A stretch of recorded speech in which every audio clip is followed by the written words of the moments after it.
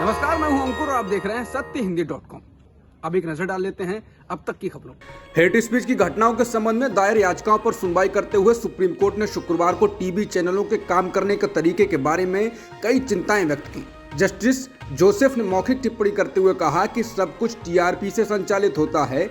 Channel एक दूसरे के खिलाफ प्रतिस्पर्धा कर रहे हैं, वो चीज़ों को सनसनीखेज बनाते हैं, एक एजेंडा परोसते हैं। आप विजुअल माध्यम होने के कारण समाज में विभाजन पैदा करते हैं। विजुअल माध्यम आपको एक अखबार से कहीं अधिक प्रभावित कर सकता है। जस्टिस जोसेफ ने कहा कि हमारे दर्शक क्या वो इस कंटेंट को देखने के लिए पर्याप्त परिपक्व हैं।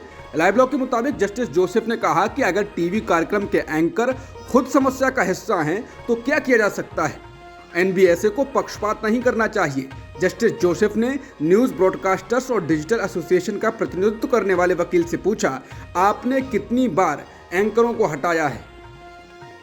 हेट स्पीच को लेकर सुनवाई करते हुए सुप्रीम कोर्ट ने कहा कि नफरत पूरी तरह से खतरा है। हालांकि सुप्रीम कोर्ट ने टीवी न्यूज़ कंटेंट पर रेगुलेटरी कंट्रोल की कमी को खारिज किया और कहा कि वो भारत में स्वतंत्र और संतुलित प्रेस चाहता है। लेकिन इस दौरान नफरत फैलाने वाले और एक तरफा दिखने वाले एंकर्स को लेकर जस्टिस जोसेफ ने कहा कि एक लाइव कार्यक्रम में कार्यक्रम की निष्पक्षता की कुंजी एंकर के पास होती है। अगर एंकर निष्पक्ष नहीं है, किसी पक्ष को प्रोजेक्ट करना चाहेगा तो वो दूसरे पक्ष को म्यूट कर देगा, किसी एक पक्ष पर सवाल नहीं उठाएगा। ये पक्षपात का एक निर्विवाद प्रतीक है। मीडिया के लोगों को सीखना चाहिए, उन्हें देखना होगा कि वो बड़ी ताकत की पोजीशन पर हैं और वो जो कर रहे हैं वो पूरे देश को प्रभावित करता है। उन्हें ये महसूस करना चाहिए कि उन्हें जिस तरह से वो चाहते हैं, वो मन की बात जो करना चाहते हैं, उन्हें करने का वो कोई अधिकार नहीं। जस्टिस जोसेफ ने कहा कि आपत्तिजनक एंकरों को हटा दिया जाना चाहिए और उन चैनलों पर भारी जुर्माना लगाया जाना चाहिए जो प्रोग्राम कोड का उल्लंघन कर रहे हैं। आप उन्हें जहां मायने रखता है वहां पैसे के रूप में भी हिट करिए। बता दें, जस्टिस के.एम. जोसेफ और बीबी नागरत्ना की बेंच हेट स्पीच के खिलाफ कार्रवाई की मांग करने वाली याचिकाओं पर सुनवाई कर रही थी। इनमें मुख्य मामले सुदर्शन न्यूज़ टीवी द्वारा यूपीएससी जिहाद अभियान के खिलाफ दायर याचिकाएं, तबलीगी जमात मुद्दे के मद्देनजर कोरोना जिहाद अभियान के खिलाफ दायर याचिकाएं, धर्म संसद सभाओं के खिलाफ दायर याचिकाएं थीं जिन पर सुनवाई हो रही थी। टीवी चैनलों के द्वारा नफरत फैलाने जैसे मामलों को लेकर सुनवाई करते हुए सुप्रीम कोर्ट के जज जस्टिस जोसेफ ने कहा कि चैनल लोगों को समान रूप से बोलने की अनुमति नहीं देते हैं। जिन लोगों को आप नहीं चाहते हैं वो म्यूट कर दिए जाते हैं, बाकी के लोग बोलते रह जाते हैं। जस्टिस जोसेफ ने कहा, जब आप अभिव्यक्ति की आज़ादी का दावा करते हैं तो आपको ऐसा कार्य करना चाहिए जिससे लगे कि आप इसके लायक हैं, अन्यथा हमारे लिए क्या ही गरिमा बची है। वहीं न्यायमूर्ति नागरत्ना ने कहा, हमें स्वतंत्र और संतुलित प्रेस की जरूरत है। स्वतंत्र तो हो लेकिन संतुलित भी। इस बीच एनबीडीए की ओर से पेश हुए वरिष्ठ अधिवक्ता अरविंद दातार ने कहा कि news broadcasting and digital standards authority ने कई उल्लंघनों के खिलाफ कार्रवाई की है। उन्होंने बेंच को यह भी बताया कि रिपब्लिक टीवी या सुदर्शन टीवी जैसे चैनल एनबीडीए का हिस्सा नहीं है। सुप्रीम कोर्ट ने दिसंबर 2021 में दिल्ली में सुदर्शन न्यूज़ टीवी के संपादक सुरेश चौहाड़के के नेतृत्व में आयोजित हिंदू युवा वाहिनी कार्यक्रम में हेट स्पीच मामले की जांच में देरी पर दिल्ली पुलिस की खिंचाई की है। लाइव लॉ की रिपोर्ट के मुताबिक कोर्ट ने कहा कि घटना के 5 महीने बाद एफआईआर दर्ज की गई थी और अभी तक कोई चार्जशीट दायर नहीं की गई है। सीजेआई चंद्रचूड़ ने आश्चर्य जताया कि आप जांच के संदर्भ में क्या कर रहे हैं। घटना 19 दिसंबर 2021 को हुई, एफआईआर 5 महीने बाद मई 2021 में दर्ज की गई। आपको एफआईआर दर्ज करने के लिए 5 महीने की जरूरत क्यों पड़ी? इसके साथ ही सीजेआई डीवाई चंद्रचूड़ और जस्टिस पीएस नरसिम्हा की खंडपीठ ने जांच अधिकारी को मामले में जांच में उठाए गए कदमों को 2 सप्ताह के भीतर रिकॉर्ड पर रखने का निर्देश दिया। वहीं इस पर दिल्ली पुलिस को पेश कर रहे अतिरिक्त सॉलिसिटर जनरल के.एम. नटराज ने कहा कि देरी जानबूझकर नहीं की गई है, बल्कि पुलिस जांच कर रही थी। लाइव लॉ की रिपोर्ट के मुताबिक सीजेआई ने पूछा, मई 2021 के बाद आपने क्या कदम उठाए हैं, आपने क्या किया है, आपने कितनी गिरफ्तारियां की हैं, आपने क्या जांच की है, कितने लोगों की जांच की गई है। सीजेआई ने आगे पूछा, 8 महीने हो गए हैं, इस बीच क्या प्रगति हुई? अगर आप 5 महीने बाद एफआईआर दर्ज करते हैं और उसके 8 महीने बाद जांच में कोई ठोस प्रगति नहीं हुई, आप हमें बताएं। दिल्ली धर्म संसद में दिए गए नफरती भाषणों के मामले में याचिकाकर्ता की ओर से पेश अधिवक्ता शादान फरासत ने कहा, ये एक बहुत गंभीर मामला है और पीठ से उस समय दिए गए भाषणों के ट्रांसक्रिप्ट को पढ़ने का अनुरोध किया जहां कथित तौर पर मुस्लिम समुदाय के खिलाफ बयान दिए गए थे। लाइव लॉ की रिपोर्ट के मुताबिक फरासत ने कहा, ये एक खास तरह की हिंसा के लिए कार्रवाई का आह्वान है। ये सिर्फ एक व्यक्ति नहीं है, एक व्यक्ति नेतृत्व कर रहा है और हर कोई उसके पीछे शपथ ले रहा है। उन्होंने इस दौरान 5 महीने के बाद एफआईआर और फिर चार्जशीट न दायर करने, गिरफ्तारी न करने पर सवाल उठाए। साथ ही फरासत ने कहा कि वो दिल्ली पुलिस कमिश्नर के खिलाफ अवमानना कार्रवाई के लिए दबाव नहीं डाल रहे हैं और केवल उचित जांच की मांग कर रहे हैं। वकील फरासत ने बिना सुरेश चौहान का नाम लिए कहा कि जो सज्जन इसका नेतृत्व कर रहे थे उनका एक इतिहास है। योर लॉर्डशिप ने फैसलों में इस पर ध्यान दिया है, उनके खिलाफ एफआईआर है। लाइव लॉ के अनुसार इसके बावजूद एक विफलता है। बता दें, कार्यक्रम के दौरान चौहान के लोगों को शपथ दिला रहे थे। शुरुआत में दिल्ली पुलिस ने कहा था कि हिंदू युवा वाहिनी के आयोजन के दौरान दिए गए भाषण किसी भी अपराध की श्रेणी में नहीं आते हैं। पंजाबला में हुई अंजलि सिंह की मौत के मामले में केंद्रीय गृह मंत्रालय ने सख्त कार्रवाई करते हुए दिल्ली पुलिस के 11 कर्मचारियों को निलंबित करने का आदेश दिया है। इनके खिलाफ यह कार्रवाई ड्यूटी में लापरवाही बरतने के आरोप में की गई है। ये सभी पुलिसकर्मी रोहिणी जिला पुलिस के हैं और इसके ही अंतर्गत बाहरी दिल्ली का कंझाबला इलाका आता है। बता दें कि 1 जनवरी को तड़के हुए हादसे में कार से स्कूटी की टक्कर होने के बाद अभियुक्तों ने अंजलि को 10 से 12 किलोमीटर तक घसीटा था और इसमें अंजलि की जान चली गई। अंजलि की उम्र 20 साल थी। जिन पुलिसकर्मियों को बर्खास्त किया गया है उनमें 2 sub inspector, 4 assistant sub inspector, 4 head constable और 1 कांस्टेबल शामिल हैं।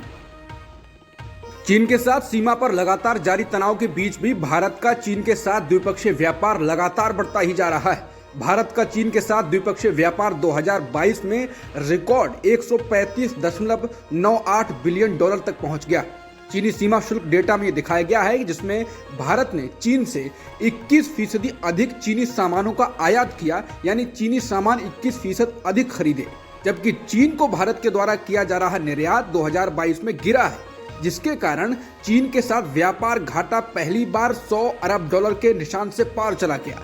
13 जनवरी 2023 को बीजिंग में जनरल एडमिनिस्ट्रेशन ऑफ कस्टम्स द्वारा जारी किए गए आंकड़ों से पता चलता है कि पिछले साल द्विपक्षीय व्यापार 8.4% बढ़कर $135.98 बिलियन हो गया, जिसमें भारत का आयात $97.5 बिलियन से बढ़कर $118.5 बिलियन हुआ, जबकि भारत का चीन को निर्यात $28.1 बिलियन से गिरकर $17.48 बिलियन हो गया, जिससे व्यापार घाटा 2021 में जो $69.4 अरब था वो 45% बढ़कर $101.02 अरब तक पहुंच गया। आरबीआई के अनुसार भारत के विदेशी मुद्रा भंडार में साल के पहले सप्ताह में भी गिरावट दर्ज की गई है। इसके साथ ही यह गिरकर $561.58 बिलियन हो गया है। बता दें, 30 दिसंबर को समाप्त हुए सप्ताह में देश का विदेशी मुद्रा भंडार $562.85 बिलियन था, जो कि साल 2021 के अंत में $633.61 बिलियन रहा था। हिमाचल प्रदेश की कांग्रेस सरकार ने पहली कैबिनेट बैठक में ही पुरानी पेंशन बहाली का वादा पूरा कर दिया है। मुख्यमंत्री सुखविंदर सिंह सुक्खू ने शुक्रवार को ही कैबिनेट की पहली बैठक में पुरानी पेंशन योजना को बहाल करने का फैसला किया। इससे राज्य के 1 लाख से अधिक सरकारी कर्मचारियों को लाभ होगा। इसके साथ ही राजस्थान और छत्तीसगढ़ के बाद ओपीएस यानी ओल्ड पेंशन स्कीम बहाल करने वाला हिमाचल तीसरा कांग्रेस शासित राज्य बन गया। मुख्यमंत्री सुक्खू ने गुरुवार को कहा कि पुरानी पेंशन योजना न केवल रुपए से लाभ देने के बारे में है, बल्कि सरकारी कर्मचारियों के बीच सामाजिक सुरक्षा और आत्मसम्मान की भावना भी पैदा करने के लिए है। ओपीएस की बहाली की घोषणा करते हुए मुख्यमंत्री सुक्खू ने कहा, हम आपको जीवन की आखिरी सांस तक पुरानी पेंशन योजना मुहैया कराएंगे। उन्होंने कहा कि हमने पहली कैबिनेट में ओपीएस को लागू करने का वादा किया था और हमने इसे पूरा किया है। इस संबंध में अधिसूचना आज ही जारी की जाएगी। कांग्रेस नेता राहुल गांधी ने शुक्रवार को पूर्व केंद्रीय मंत्री शरद यादव को उनके आवास पर श्रद्धांजलि अर्पित की और कहा कि उन्होंने शरद यादव से राजनीति को लेकर बहुत कुछ सीखा। राहुल गांधी इस दौरान शरद यादव के परिवार को लंबे समय तक सांत्वना देते नजर आए। 75 वर्षीय शरद यादव का गुरुवार को गुरुग्राम के एक निजी अस्पताल में निधन हो गया। उनके परिवार में उनकी पत्नी, एक बेटी और एक बेटा है। अनुभवी समाजवादी नेता लंबे समय से गुर्दे से संबंधित समस्याओं से पीड़ित थे और नियमित रूप से डायलिसिस करवाते थे। भारत जोड़ो यात्रा के बीच से दिल्ली आकर राहुल गांधी ने श्रद्धांजलि दी। साथ ही कहा कि शरद यादव विपक्ष के नेता थे और उनकी दादी इंदिरा गांधी के साथ उनकी राजनीतिक लड़ाई भी थी, लेकिन इसके बावजूद दोनों के बीच सम्मान और स्नेह का रिश्ता था। कर्नाटक हाईकोर्ट ने शुक्रवार को चिक्काबल्लापुरा जिला में ईशा योग केंद्र की आदियोगी प्रतिमा का 15 जनवरी को उद्घाटन करने की अनुमति दे दी है। हालांकि इससे पहले 11 जनवरी को अदालत ने एक याचिका पर सुनवाई करते हुए निर्माण गतिविधियों पर रोक लगाते हुए यथास्थिति बनाए रखने का आदेश दिया था। याचिका में ईशा योग केंद्र पर आरोप लगाया गया था कि इसने वनों और भूमि अधिग्रहण से संबंधित विभिन्न नियमों और कानूनों का उल्लंघन किया है। अधिकारियों ने बिना नियमों का पालन किए उनको निर्माण कार्य करने की मंजूरी दे दी है। दिल्ली के शिक्षकों को प्रशिक्षण के लिए फिनलैंड भेजने को लेकर भी सियासत शुरू हो गई। दिल्ली के डिप्टी सीएम मनीष सिसोदिया ने इसको लेकर कहा कि बीजेपी आम आदमी पार्टी की सरकार को रोकने के लिए गंदी राजनीति कर रही है। उन्होंने कहा कि हम 30 शिक्षकों को फिनलैंड प्रशिक्षण के लिए भेजना चाहते थे, लेकिन एलजी किसी न किसी बहाने से इसे टाल रहे हैं। हमने जब उनके पास इसकी फाइल भेजी तो एलजी ने पूछा कि अगर भारत में ऐसा कार्यक्रम किया जाए तो इससे लागत में क्या फायदे होंगे। सिसोदिया ने कहा कि बीजेपी शासित राज्यों के प्रधानमंत्री और मुख्यमंत्री वर्ल्ड इकोनॉमिक फोरम में जाते हैं, क्या खर्चे के नाम पर इसे भी रोकना चाहिए। उन्होंने कहा कि हम फिर से एलजी के पास फाइल भेजेंगे। दिल्ली के उपराज्यपाल विनय कुमार सक्सेना के कार्यालय की ओर से कहा गया है कि शिक्षकों को फिनलैंड भेजने के ट्रेनिंग कार्यक्रम के संबंध में कोई भी प्रस्ताव खारिज नहीं किया गया है। एलजी कार्यालय ने सफाई डिप्टी सीएम मनीष सिसोदिया के हमले के बाद दी है। उपराज्यपाल के कार्यालय की ओर से कहा गया, एलजी ने फिनलैंड में शिक्षकों के प्रशिक्षण कार्यक्रम के प्रस्ताव को खारिज नहीं किया। इसके उलट दिया गया कोई भी बयान भ्रामक और शरारत से प्रेरित है। एलजी के कार्यालय ने कहा कि समग्रता में प्रस्ताव का मूल्यांकन करने और लागत लाभ का विश्लेषण करने की सलाह दी गई है, ताकि अतीत में किए गए शिक्षकों के लिए विभिन्न विदेशी प्रशिक्षण कार्यक्रमों की प्रभावशीलता का आकलन किया जा सके। महाराष्ट्र विधान परिषद के चुनाव में कांग्रेस को उस समय बड़ा झटका लगा जब पार्टी के आधिकारिक उम्मीदवार सुधीर तांबे चुनाव मैदान से हट गए। सुधीर तांबे के इस फैसले के बाद कांग्रेस को शर्मिंदगी उठानी पड़ रही है। साथ ही कांग्रेस के फैसले पर भी सवाल उठ रहे हैं। सुधीर तांबे ने कहा कि उन्होंने विधान परिषद का चुनाव नहीं लड़ने की जानकारी कांग्रेस आलाकमान को पहले ही दे दी थी। सुधीर ने अपने बेटे सत्यजीत तांबे को चुनाव मैदान में उतारा है। हालांकि सत्यजीत तांबे ने निर्दलीय उम्मीदवार के तौर पर पर्चा भरा है। विधान परिषद के लिए चुनाव 30 जनवरी को होगा। पिछले 18 सालों से विधान परिषद की नासिक डिवीजन की स्नातक निर्वाचन सीट जीतने वाली कांग्रेस अब इसे खोती हुई दिखाई दे रही है। गुरुवार को कांग्रेस को उस समय झटका लगा जब पार्टी के आधिकारिक उम्मीदवार सुधीर तांबे ने नामांकन दाखिल करने से इनकार कर दिया। तांबे ने नामांकन नहीं दाखिल करने पर कहा कि उनके इस संबंध में जानकारी देने के बाद भी कांग्रेस ने उन्हें उम्मीदवार बना दिया। सुधीर तांबे ने कहा कि मैंने अपने बेटे सत्यजीत तांबे के लिए टिकट की मांग की थी, लेकिन पार्टी ने उनका नाम घोषित कर दिया। उधर महाराष्ट्र कांग्रेस अध्यक्ष नाना पटोले का कहना है कि सत्यजीत तांबे को कांग्रेस सहित महाविकास आघाड़ी गठबंधन का समर्थन नहीं है। पटोले का कहना है कि कांग्रेस पार्टी ने सुधीर तांबे को अपना उम्मीदवार बनाया था, लेकिन उन्होंने अपना नामांकन दाखिल नहीं किया। कांग्रेस सुधीर तांबे और सत्यजीत तांबे पर अनुशासनात्मक कार्रवाई करने का मन बना रही है।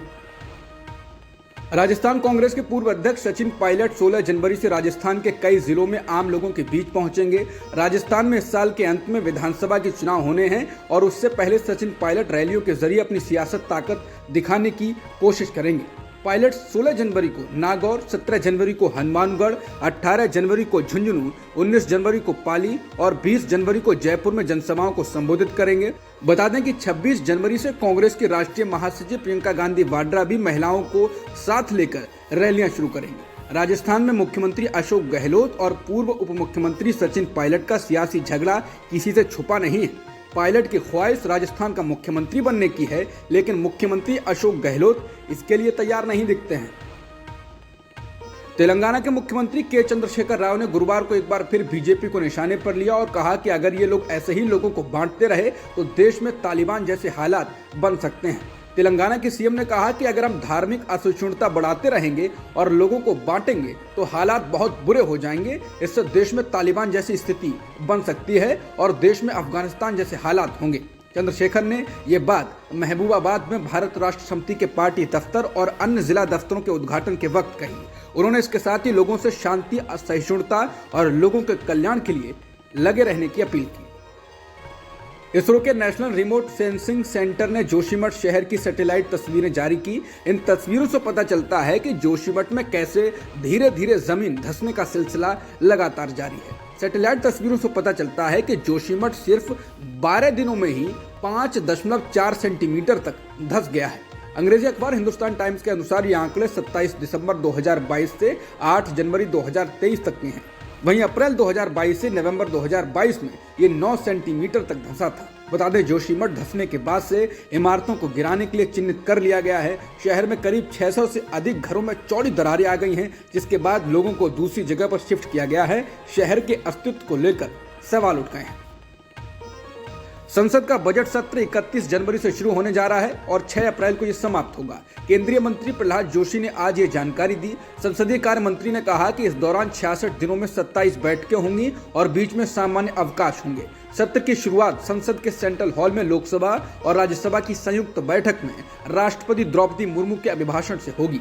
बता दें, पिछले साल अगस्त में शीर्ष पद पर पहुंचने के बाद से राष्ट्रपति मुर्मू का संसद के दोनों सदनों में यह पहला संबोधन होगा। प्रधानमंत्री नरेंद्र मोदी ने आज वाराणसी से दुनिया के सबसे लंबे रिवर क्रूज MV गंगा विलास को रवाना किया। पीएम ने वर्चुअली जुड़कर ऐसा किया। बता दें, काशी से बोगीबील तक 3200 किलोमीटर की रोमांचक यात्रा पर इस क्रूज में स्विट्जरलैंड के 32 पर्यटक शामिल होंगे। रवानगी के मौके पर यूपी के मुख्यमंत्री योगी आदित्यनाथ भी वाराणसी के रविदास घाट पर मौजूद थे। मालूम हो कि रिवर क्रूज MV गंगा विलास उत्तर प्रदेश के वाराणसी से चलकर असम के डिब्रूगढ़ पहुंचेगा। 51 दिनों में 3200 किलोमीटर नदी मार्ग और 27 नदी प्रणालियों को पार करके ये क्रूज भारत के अलग अलग राज्यों से होते हुए बांग्लादेश के रास्ते 1 मार्च 2023 को असम के डिब्रूगढ़ पहुंचेगा। बता दें, सपा प्रमुख और यूपी के पूर्व मुख्यमंत्री अखिलेश यादव इसकी आलोचना कर चुके हैं। अखिलेश ने इसको उद्योगपतियों का क्रूज बताया। उन्होंने कहा कि भाजपा की धार्मिक स्थलों को पर्यटन स्थल बनाकर पैसे कमाने की नीति निंदनीय है। पूरी दुनिया से लोग काशी के आध्यात्मिक वैभव की अनुभूति करने के लिए आते हैं, विलास विहार के लिए नहीं। भाजपा बाहरी चकाचौंध से असल मुद्दों के अंधेरों को अब और नहीं ढक पाएगी। सरकार ये बताए कि वाराणसी के नाविकों के लिए क्या किया। रूस ने शुक्रवार को कहा कि उसकी सेना ने पूर्वी यूक्रेन के सोलेदार शहर पर कब्जा कर लिया है। हालांकि यूक्रेन ने कहा कि उसके सैनिक अभी भी शहर में लड़ रहे हैं। सोलेदार नमक के खनन के लिए जाना जाता है। समाचार एजेंसी रॉयटर्स के अनुसार मॉस्को के रक्षा मंत्रालय ने इस बात का ऐलान किया और कहा कि लगातार बमबारी से कब्जा संभव हो सका है। रूस के रक्षा मंत्रालय ने कहा कि इससे अब रूस बखमुत में यूक्रेन की सेना की सप्लाई बंद करने में मदद मिलेगी। बता दें, सोलेदार पर अगर रूस के दावे की पुष्टि हो जाती है तो रूस के लिए ये एक हौसला बढ़ाने वाली घटना होगी, क्योंकि हाल फिलहाल में रूस को इस युद्ध में कुछ सफलता मिलती हुई नहीं दिखी है। भारत की महिला टेनिस खिलाड़ी सानिया मिर्जा ने खेल को अलविदा कर दिया है। ऑस्ट्रेलियन ओपन खेलने पहुंची सानिया मिर्जा ने कहा कि इस साल ऑस्ट्रेलियन ओपन के बाद फरवरी में खेले जाने वाले दुबई ओपन के बाद वो टेनिस नहीं खेलेंगी। सानिया मिर्जा ने ट्विटर पर इसकी जानकारी दी। सानिया ने अपने सफर के बारे में याद करते हुए लिखा, ये लिखते हुए मेरी आंखों में आंसू हैं और मेरे रोंगटे खड़े हुए हैं। सानिया ने कहा उनके बेटे को उनकी ज्यादा जरूरत है और वो उसे ज्यादा वक्त देना चाहती हैं। अब तक की खबरों में इतना ही। बाकी खबरों के लिए बने रहिए सत्यहिंदी.com के साथ।